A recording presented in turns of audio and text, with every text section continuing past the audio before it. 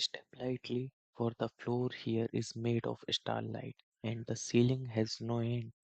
You have entered the celestial gallery, where the impossible is simply a matter of perspective.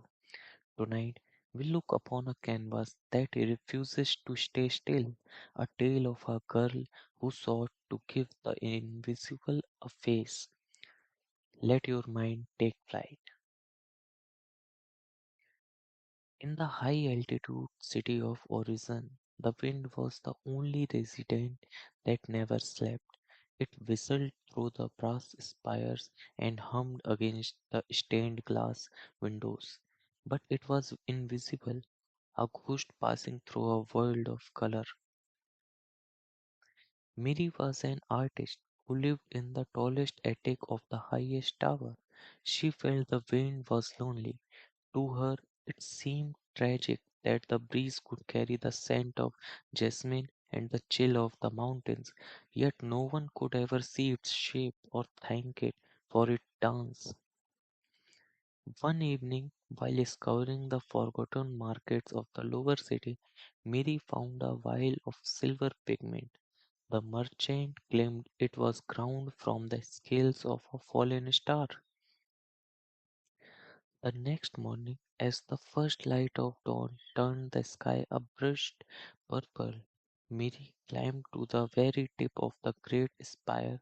She opened the vial and cast a handful of the shimmering dust into a passing gale.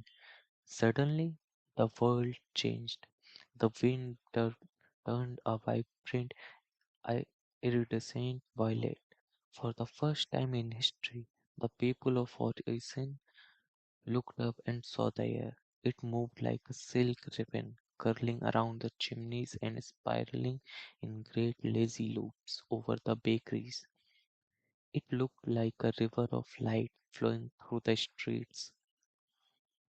But beauty often carries a weight that the heart does not accept. By making the wind visible, Mary had inadvertently made it physical. The silver pigment gave the air a density it was never meant to have. The birds found themselves struggling to flap through the thick violet ribbons of color. The great windmills of Orison, which powered the city's clocks, began to groan and slow, their blades burdened by the shimmering dust. The trees bent low, their branches heavy with the weight of the painted gush. Mary watched from her window as the city began to stifle. The air was beautiful, yes, it was a masterpiece of swirling gold and deep indigo, but the world was losing its breath. The invisible grace of the wind had been replaced by a heavy, glittering veil. Mary realized then that the most vital things in the universe, love, spirit, and the breath in one's lungs, do not need to be seen to be real. Their power lies in their mystery. With a heavy heart and a brush made of cloud fiber, Mary painted one final stroke into the sky. She crafted a counter clearance, a gust of pure liquid transparency. She watched as the violet ribbons began to dissolve. The silver dust fell like a soft, invisible snow, returning to the earth one by one.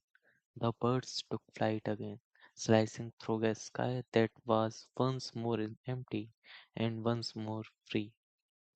The wind returned to its secret, invisible dance, known only by the way the leaves stir and the way the chimes sang. In the archive of the gallery, we keep that empty vial. If you hold it to your ear, you won't hear the ocean. You will hear the sound of a wind that is happy to be hidden, and the soft sigh of an artist who learned that some things are most beautiful when they cannot be seen at all. The colors have faded back into the sky, and the canvas of the air is clear once more. The celestial gallery remains open only as long as the imagination allows. The dust has settled and the stars have resumed their silent watch. The library doors are drawn shut and the halls return to their quiet glow until the next midnight.